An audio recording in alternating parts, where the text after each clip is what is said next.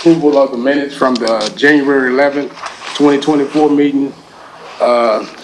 Do I have a motion for approval? So moved. Second? Second. All in favor? All opposed? The motion passes. Second, thing on our agenda is, number 3. Can I get you to read that, Maria? Sure. A resolution authorizing change order number 2 to the construction manager at risk CMAR contract with EMJ Construction LLC for the South Broad District Ballpark Project D23001-201 in the amount of $50,299,437 for early release package number 2 for installation of deep foundations, shoring and concrete, masonry, steel, waterproofing, elevator, electrical, HVAC, plumbing, fire suppression, and certain general conditions, items, and authorizing a $1 million contingency for a revised total amount of $51,655,070, SA019. Thank you. Do I have any questions from the board on this change order? Bill. Go ahead. Mr. Chairman, if I may, Bill Payne, city engineer in the city's Public Works Department. This is actually an item that at this time we'd like to ask to withdraw. We had prepared this as the financing has been moving ahead. A lot of these, and these are all based on bid prices that EMJ, the contractor, has been working towards, but based on, we just need to make sure that we get the timing correct on when this comes before the board relative to all the other financing components are there. So we had prepared this not knowing exactly which meeting would be the right one, and but at this time we would just ask that it be withdrawn so that we can bring it forward at the right time with other financing documents later in the process. It'd sort of be nice if we actually had the bonds issued for this project first, correct, sir? Yes, sir. Or Okay, at least, or at least have this be subject to those terms based on some of the cash flow. But those are all still some things that we're working on. So these are packages that the contractor's ready to proceed with, but we've got to get the financing online before we ask for the board's final approval. Okay, sir. All right. So you need a motion to withdraw. Our apologies for it making the agenda. Motion withdrawn? Yes, and someone needs to make a motion. Does anyone make a motion? We accept the withdrawal of this resolution. Second? Second that motion. All right, all in favor? Aye. All opposed? Motion passes to withdraw. All right, thank you, Bill. Thank you. Second item on our agenda is a resolution. Can I get you to read that? Sure.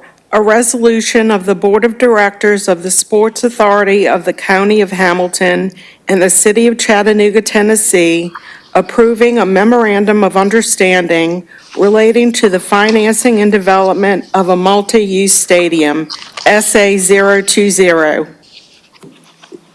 All right. Good afternoon, Mr. Chair. So Jermaine Freeman from the City of Chattanooga.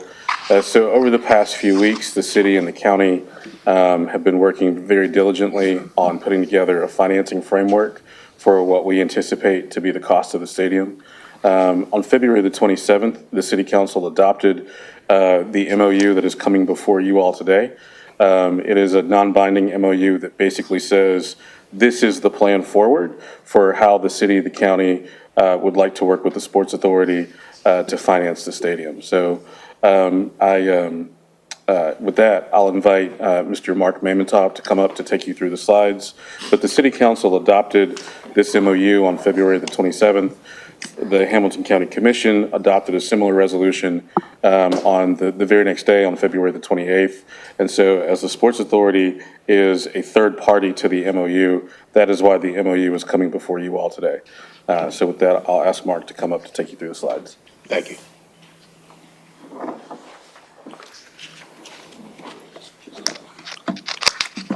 Good morning again. I'm Mark Mamentov, and I'm a bond lawyer, bond counsel, helping with the financing and I promise you, there's very few slides, but you probably have read a lot about this in the newspaper already, but the city and the county worked very well to come together and to come up with an alternative financing plan that's larger, the cost of the stadium. The parties, and Bill certainly can address this, feel comfortable that they can bring the stadium cost in at $115 million. So that is the target that you will see in everything we present today. So the $115 million, where are we going to get the money? So $80 million would come from bonds issued by this board, the Sports Authority. Those bonds would be backed by, a portion of them will be taxable. That portion will be backed by the lease payments made by the team. The remainder, that's roughly $15 million. The remaining $65 million will be paid from sales tax revenues from the stadium, which various estimates anywhere from, say, $600,000 to $900,000 in the first year. Hopefully with inflation, they will grow, and that will hopefully be a significant source to pay that. And we'll talk about that a little bit on the next slide. But and then the remainder coming from tax increment revenues, and again, this is on the next slide. But that $80 million, we expect to sell bonds at a premium, and the reason a premium means that you basically have higher coupons than the market, what the market is requiring for yield at that moment, which results in additional bond proceeds. Those additional bond proceeds would be used to pay for cost of issuance relative to issuing those bonds, and then also they'll pay for capitalized interest during construction. The goal is to net $80 million for the construction fund for the stadium toward the 115. Then the next main source of funds is $26 million.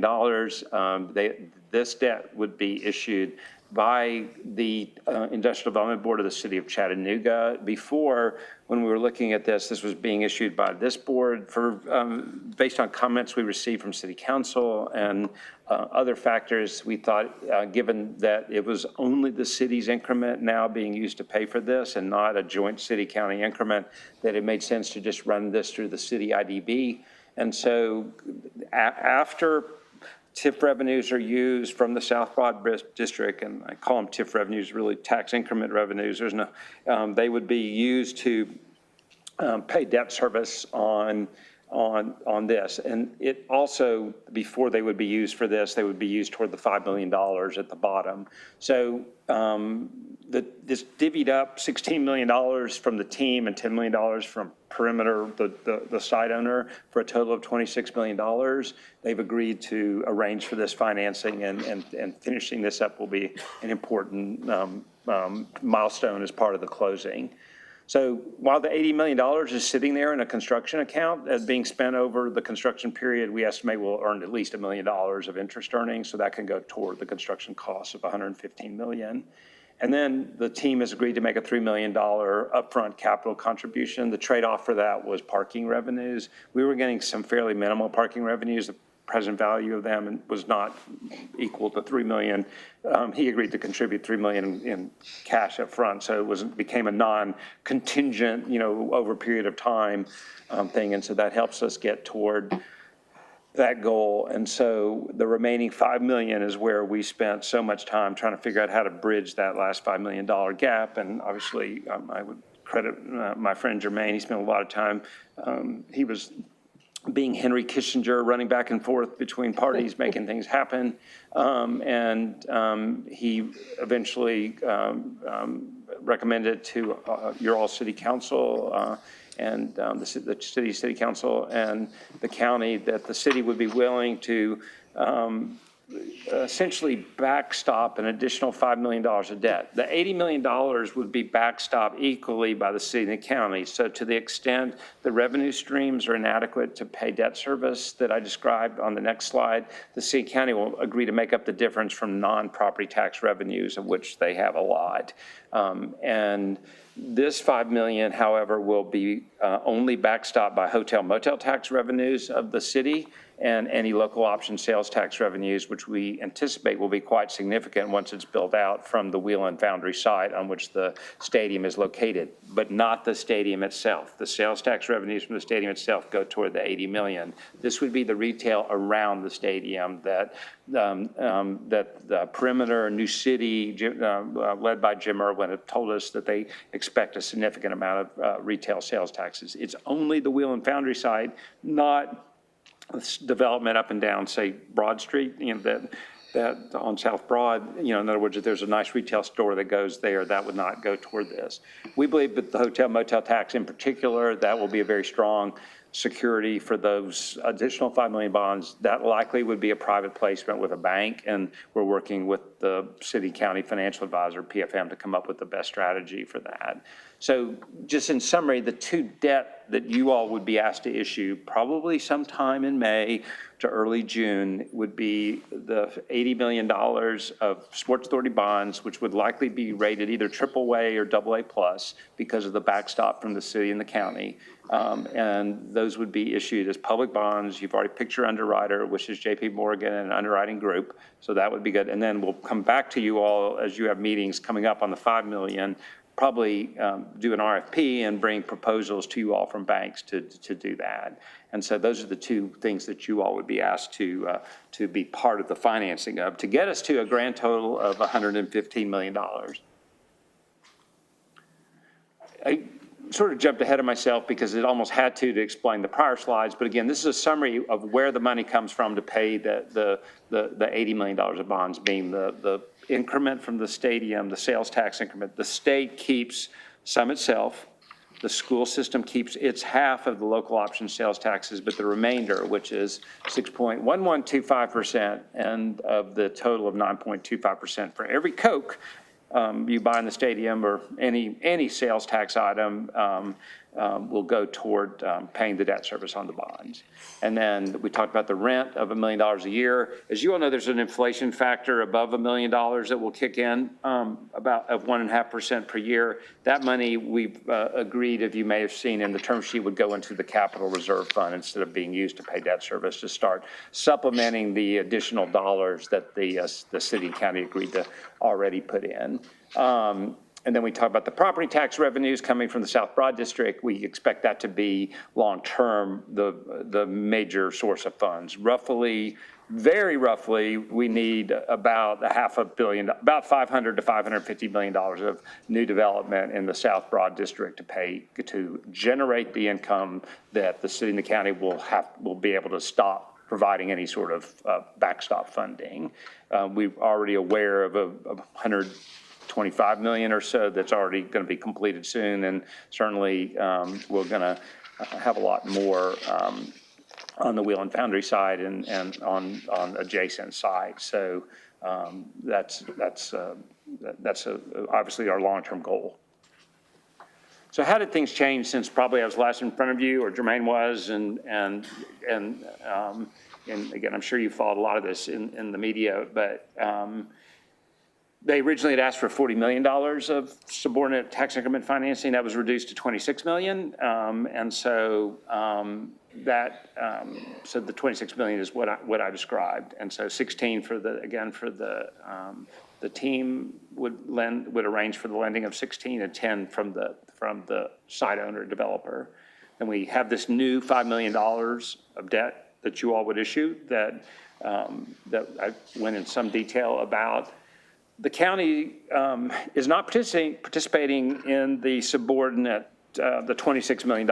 And this was obviously a part of the give and take of the negotiations. Mayor Wamps has a very strong focus on trying to improve schools in the area, and he asked that the county support this overall redevelopment of South Broad by committing to $15 million of additional capital beyond the county's traditional, what was already in their long-term capital plan for the schools in that area, with 10 million of it going toward Howard, at least. And so that that was sort of the give and take of the county not participating in the DIP, but this is where they wanted to focus their funds beyond the $80 million of supporting the $80 million of debt.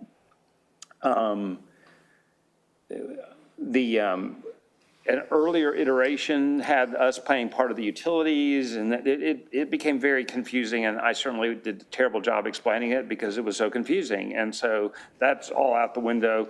We're back to the team paying all expenses relative to the stadium, all utilities, everything, that's all on the team. And instead of, I've mentioned this before, that they will make a $3 million upfront payment, but then they will just run the parking, which is not going to be on Sports Authority property anyway. It's going to be on adjacent developer parking property. It's not like they're taking the parking revenues off of Sports Authority property. I told you a little bit about the capital reserve and how that will be funded. And then we're working on the terms of development agreement to which you guys would be asked to be a party, where the developer would give us some firmer commitments than we have right now, which are generally verbal, as to the timing of the development and the quality of the development of the Wheel and Foundry site.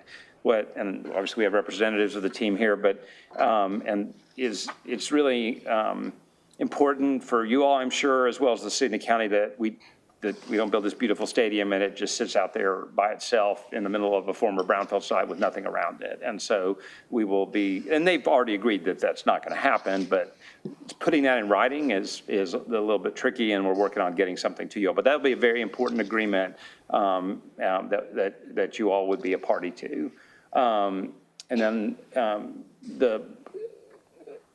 the city wanted to emphasize that they, and this would be internally, that they, and I'm sure Vicki would want me to be very clear that this is not the entire amount, that they would intend to reserve some of the local option sales tax from the South Broad District, the new growth in it, to help with affordable housing initiatives in that area. And affordable housing initiatives can take tons of different forms. Obviously, you have a very active director of housing, and they've got a lot of good ideas on how to I'm sure they can spend the money quickly, but they do, that's an important commitment that the city intends to do. Glad to, that was my last slide. Questions, concerns? What we're asking you to vote on today is a memorandum of understanding that, as Jermaine mentioned, has already been approved by the city and county, but we have not asked for it to be signed stuff because you guys are the fulcrum of all of this. And so, this is non-binding. It's not, but we want to make sure the three primary bodies responsible for issuing the debt are on board in terms of financing the stadium. So we're asking you all to indicate your go forth and prosper, go draft a bunch of bond documents and do that sort of thing by approving this memorandum of understanding. We have meetings set for the industrial development boards, both the county and city board, on the 25th. To ask them to fix the economic impact plans to be consistent with this new financing plan. And so we'll be briefing them on that. But because they are really not, their involvement is more ancillary than actually being part of the actual ownership and the financing of the stadium itself, that that we didn't ask them to be a party to the MOU, but we're certainly going to bring them up to speed and ask them to adopt some amendments consistent with the revised financing plan. Jermaine, did I miss anything that you feel like I should add? Are there any questions from the board for Mr. Morton? Either I did a bad job or a good job, one of those two. Mark, just a question too from the lawyers here. Sure. Non-binding memorandum, we don't see many of those coming in front of us here. I know this was dated back in February the 28th, and this Yes. has been a fast-moving arrangement. We have to put things out in compliance with the Open Meetings Act in connection with this, but at least at this point in time, we are having a public meeting, and so there is a public announcement of the terms and conditions that are set up forth in here. Is there any reason that we cannot talk about that, or our board members cannot talk about that? Of course, please talk about it, and there's no non-disclosure. It was intended to be open and public and transparent. The non-binding part of it is that we just, until we go price bonds and things like that, there's nothing that we really can bind you all to do. I mean, theoretically, if we have a huge disaster and interest rates triple in the next 2-3 months, then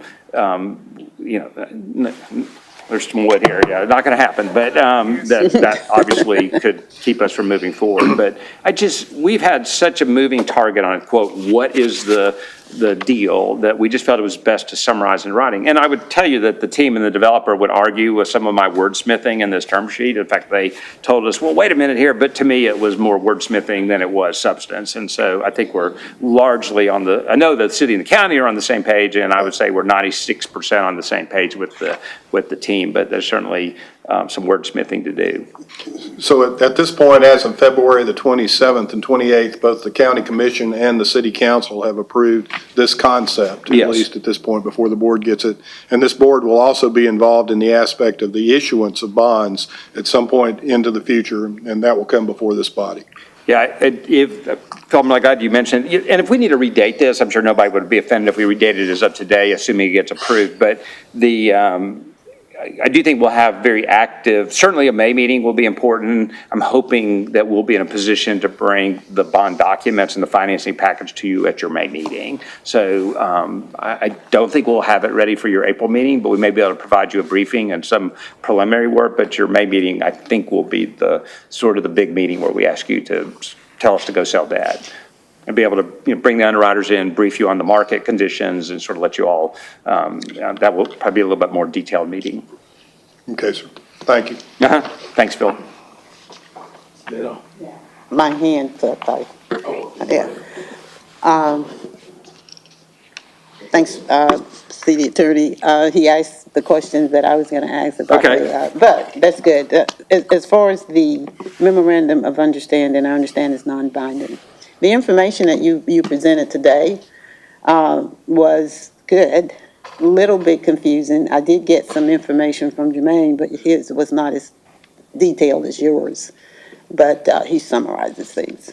So at the end of the day, this board will be issuing debt for $80 million plus what? Plus $5 million. Plus the 5, it's only the Yes. 5, okay. And the other is being issued by the city by itself or City IDB. or the city, there isn't any out there where the city is absorbing a small portion of it itself, so it's the city IDB.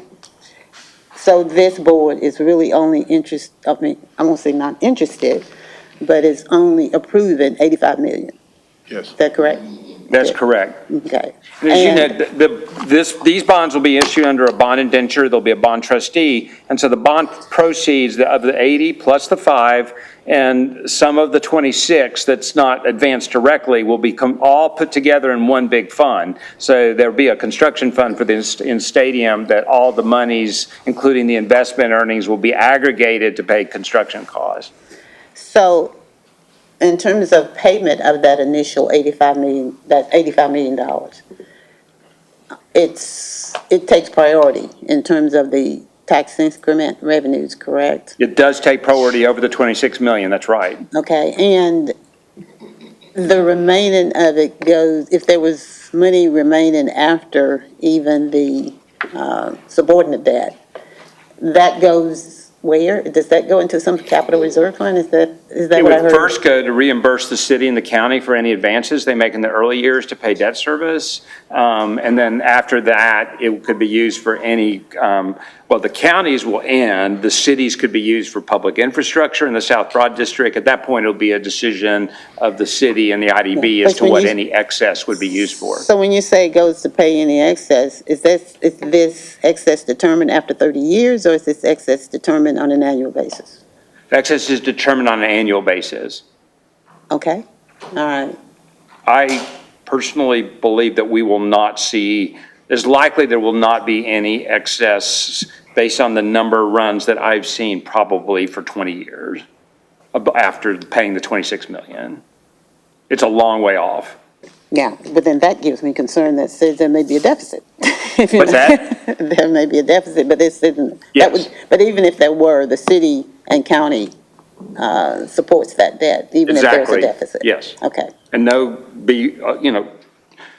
being open and transparent, yes, there likely will be a deficit in the early years. It just depends on how quickly the development of the site occurs. okay.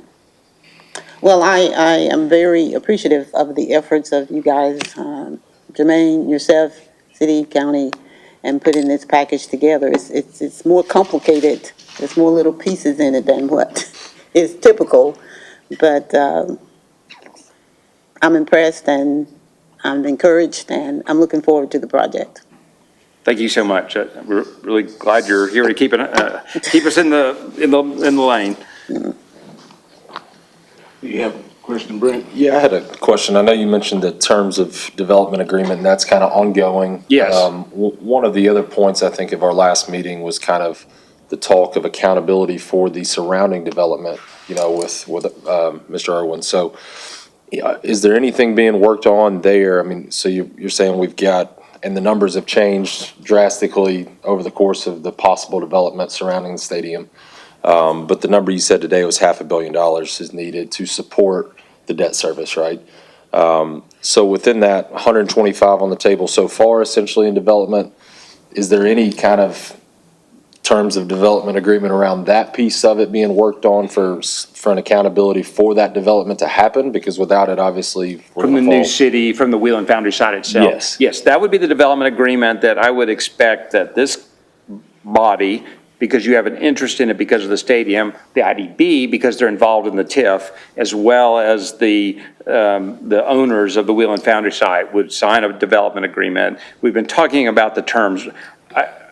A lot of this is tax-driven in that, and that's why I'm slow getting this done, because it's I don't want to even call it a gray area, but the IRS doesn't give us a lot of guidance in terms of how firm your commitments can be. If for example, they agreed to a minimum appraised value that they would agree, that would make the bonds taxable, which would cost us millions and millions of dollars. So we've got to seek that fine line between essentially guarantees of tax revenues, which would make the bonds taxable, versus the more legitimate reason for doing this, which is we don't want an orphan stadium in the middle of a brownfield site where you don't do anything. Right. What I'm thinking right now, and it's more than me just thinking, is that we'll probably almost certainly have a commitment that they will break ground and as to two immediate buildings directly around the stadium. They tell me maybe $110 to $120 million of development just for those two buildings. And then how it is worded after that, that's something that obviously I'll be back and go in detail, but I think largely what it's going to say is that it'll focus on their master plan and their commitment to undertake it and to try to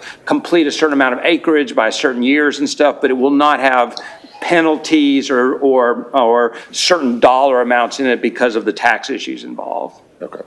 Yeah, and I think that's what I was shooting more for, is just kind of the progress report, Yes. in terms of what that will look like. And I also think it'd be interesting at that point to hear kind of logistically where we see the fulfilling of those, whether it's commercial real estate or whether it's residential, are those pulling from other buildings downtown that are generating revenue for the city and county, and just so on and so forth, kind of what those goals are and kind of the target market of fulfilling those areas.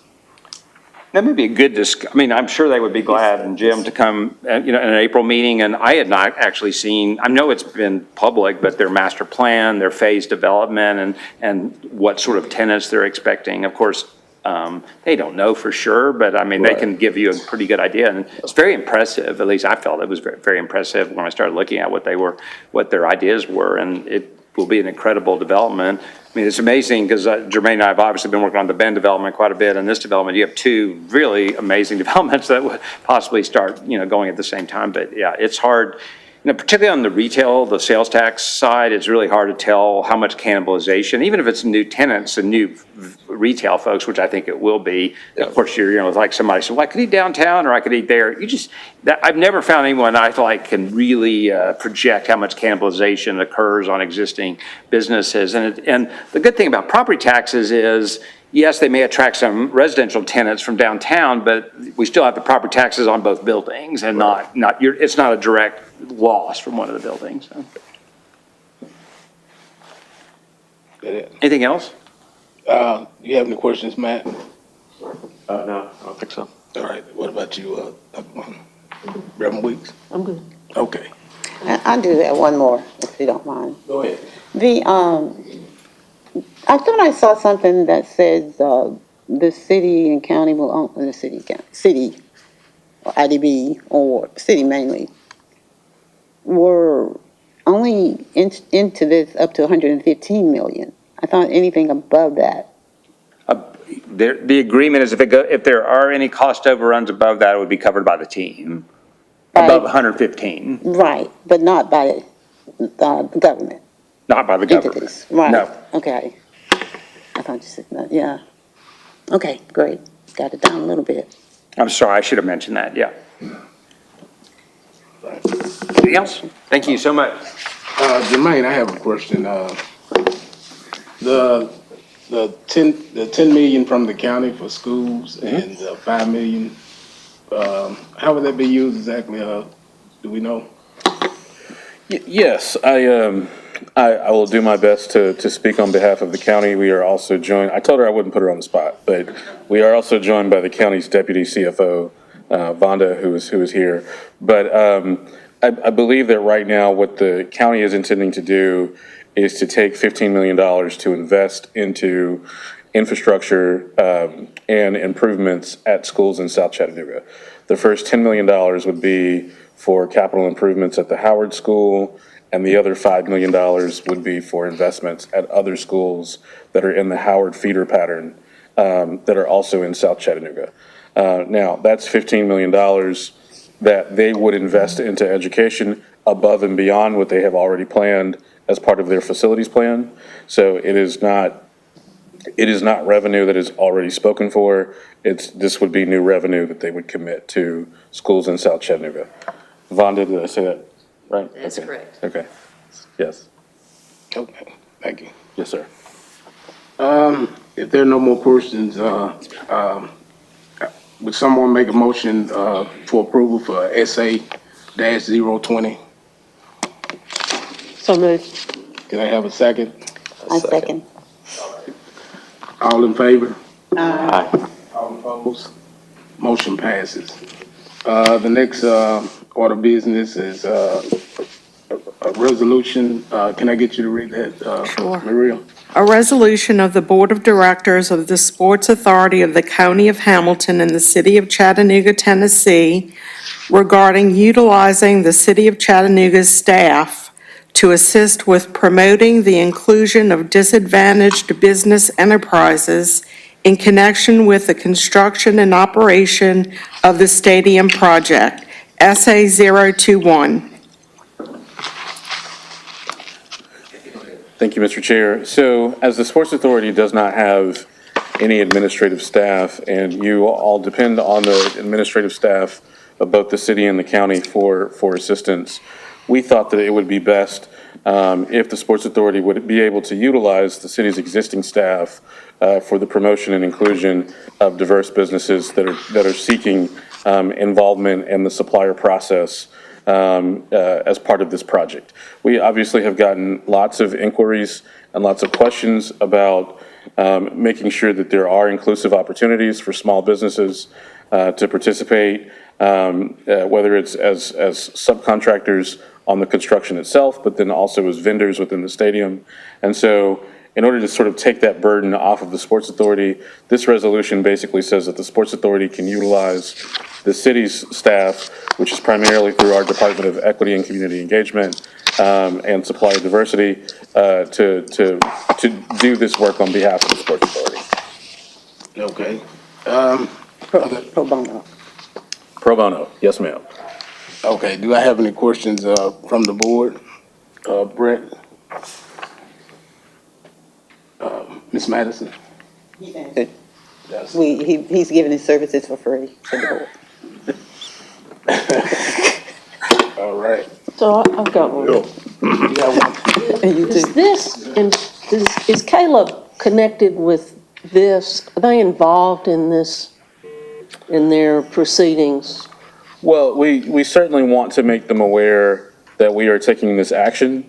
And one of the reasons that this resolution is coming before you is because Caleb is one of the organizations that has expressed an interest Yes. in making sure that there is a process to make sure that diverse and minority-owned businesses and women-owned businesses, as well as businesses owned by service-disabled veterans, have an opportunity to compete for contracts and opportunities as part of the project. So the Caleb is one of the groups, but there are other entities that have also raised this concern. And so we want to address that concern, which is why we want to make sure that the Sports Authority can utilize the city staff to take on this work.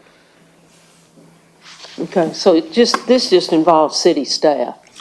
It does. So you all would be using city staff to make sure that there are diverse opportunities in terms of procurement for small and minority-owned businesses and women-owned businesses and businesses owned by veterans. Okay, thank you. Yes, ma'am. And, Be reporting to us. We will. Yes. and Jermaine, does this also involve vendors at the actual stadium when it opens? Yes, sir. Yes. would. So you all, as a sports authority, can determine, to Ms. Madison's question, how you want us to report to you. I just wanted to make sure that you all had a staff of people that you could rely on for those reports and to make sure that the work is done. Okay, May I have another? May I? go ahead. I think the lady is in the audience and this may be who you were referring to, that is sort of not a staff person, but she's very active in the community and with issues. Is that your question? Will you guys be working with that group? Well, we're certainly willing to keep that group informed, but we have a position within city government called a Director of Supplier Diversity. And so being able to utilize the person that would serve in that capacity to promote inclusive procurement opportunities for the Sports Authority, we thought would be helpful to the Sports Authority. It will. And I don't know the young lady's name, but there was an organization that was going to make sure that I think they were negotiating, having discussions with the parties to the contract already, the developer and the stadium, and to make sure that community interest was. Yeah, I think you're referring to Caleb's negotiation of a community benefits agreement. Yeah. And I do know that within some of the things that have been asked for in the community benefits agreement, there is an interest in making sure that diverse and minority-owned and women-owned businesses have an opportunity to participate.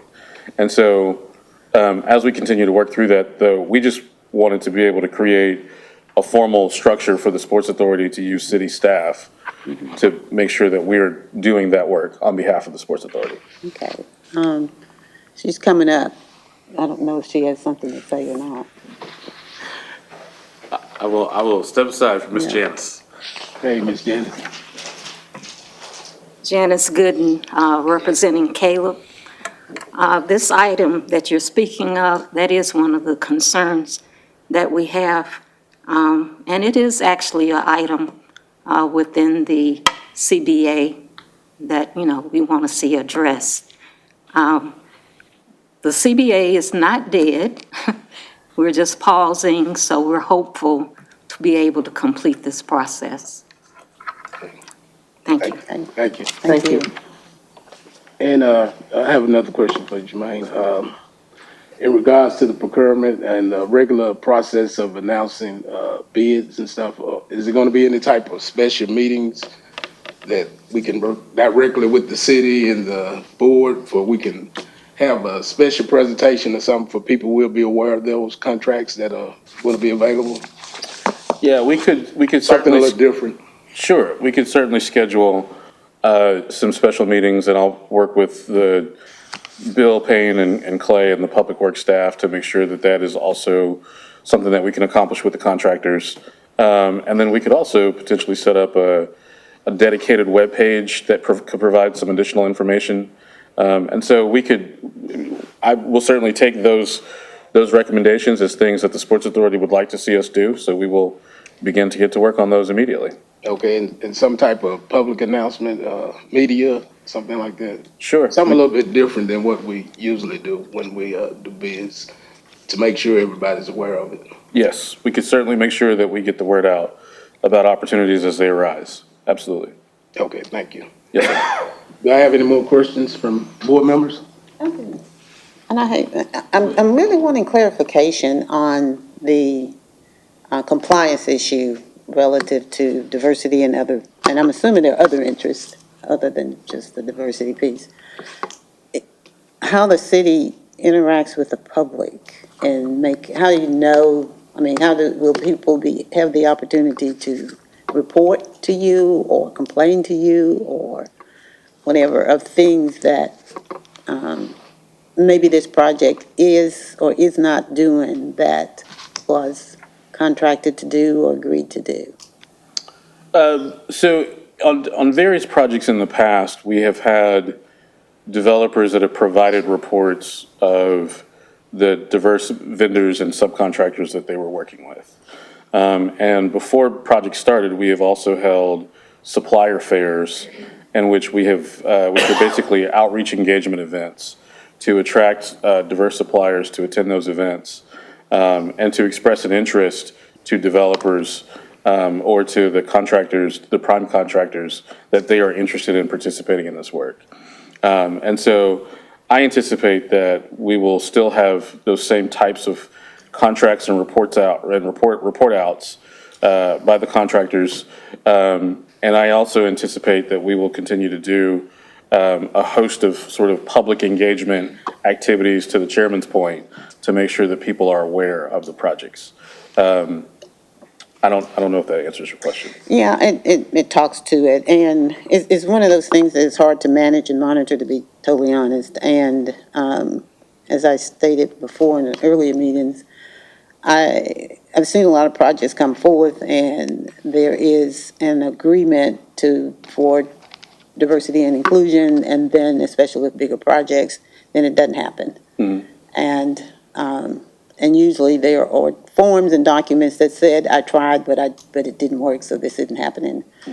And the community then is, I just want to be able to be kept informed on that process. And if the diversity and inclusion piece is not being met for reasons maybe beyond the contractor's control or other reasons, I'd just rather hear it from you all rather than the community complaining. Does that make sense? Absolutely. Yeah, Absolutely. I understand. Okay. thank you. Reverend Weeks? I would like to get a traffic study report update on Sure. a timely basis, maybe quarterly. Yep. Who's involved in it, is Perimeter Properties, the city, the entities that are coming together, because one can't do it alone. Right.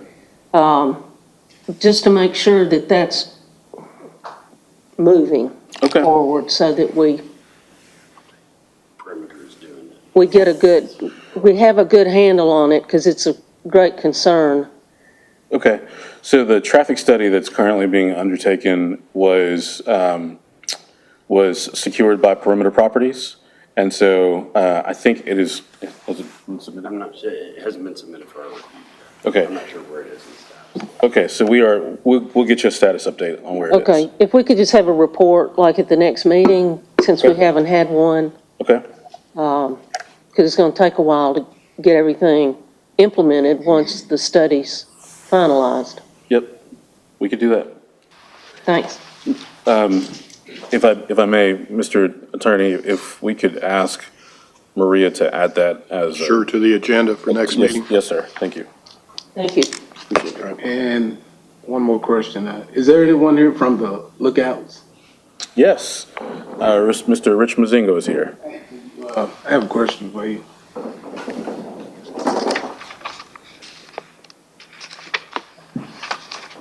Morning. Hey, Rick. Good morning to you. What is the process with the Lookouts as far as the stadium and vendors? How do vendors go about getting space, and what is the process that you have in place? Currently in our ballpark right this minute, when you start talking about the food service side, It is all handled internally.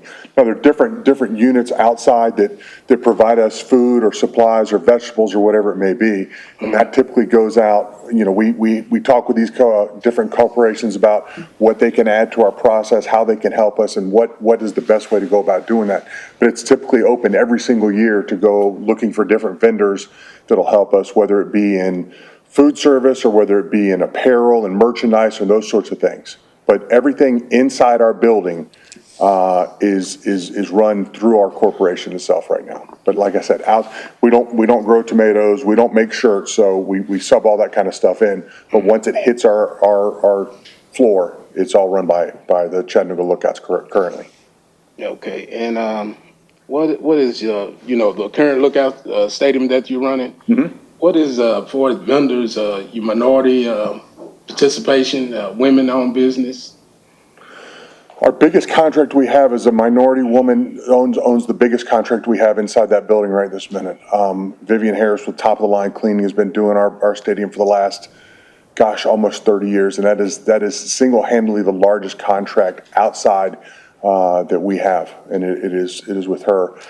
Outside of that, once you get past that contract, what you're looking at is, who our food service provider is. It's a large corporation out of Knoxville, Tennessee. There's no one, to the best of my knowledge, there's no one locally that can supply what we need on a weekly basis to feed 6,000 people a night, or we average about 3,500 a night. There's no one locally that can do that. These companies are typically out of Nashville, Knoxville, or Atlanta. We have vendors from across the state and across the United States on the merchandise side.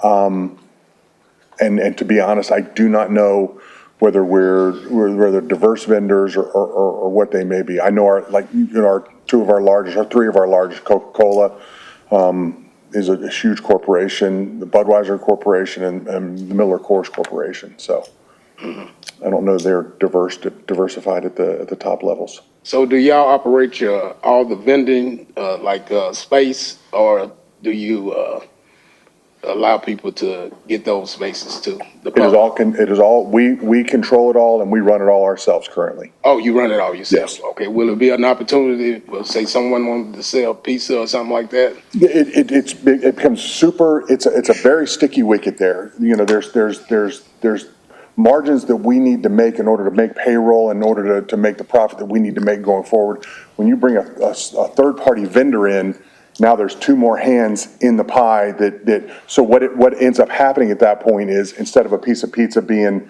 $2.95 or $3.50, it becomes a $5 or $6 piece of pizza.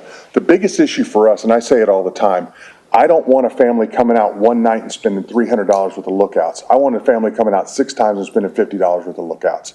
If you come out one time, that's not what our business is based on. We're trying to give the most affordable family entertainment we can any given night. And once again, once you start putting different tiles in that, different levels in that, the prices continue to go up and up. And I think it makes us much more disconnected from our community. It makes it much more of a high level spend just to come see a Lookouts game, and we are wildly conscious about that. Mm-hmm. Yeah, I just think the board, I believe we would like to have, for the constituents of the city to have more opportunities to benefit from this new stadium that the city is contributing over $100 million to. We would love that. That would be fantastic for us. How can we go about doing that? Knock on the door. Come find me. We are always open, always willing, always looking. We have talked about through this entire process of doing as much as we can locally inside our city and county, and we're continuing to try to go that direction. So anyone that you have, I am available almost all the time. I'm at the ballpark all the time. Please send people my direction. I would love to find more community outlets that we can team with and make this thing work for all of us, for sure. Okay, thank you. Thank you. Any more questions from the board? All right, so do I have a motion for approval for SA-021? So moved. Second, Second. all in favor? Aye. All opposed? The The resolution passes. Next is on the agenda is other business. I guess we can do it, Jermaine? Yes, so a couple of things that I wanted to cover before we departed today. So obviously, as you all can see, the process of putting together a financing plan can be complicated. And we are very fortunate to have a new person on our staff on the city side to help us with this. So I did want to make sure that we did not let this meeting go by without introducing the city's new Chief Financial Officer. Mr. Javed Masjid is here, having recently joined the city of Chattanooga from Salt Lake County, Utah. And so he, along with Vicki Haley and Lee Browner, the county CFO, and the lovely Ms. Vonda Patrick, the county's deputy CFO, will all be part of our team, along with our former CFO, Ms. Daisy Madison, who is on the Sports Authority to help us work through all of the finances. So Javed, you here? You want to come introduce yourself? Sure.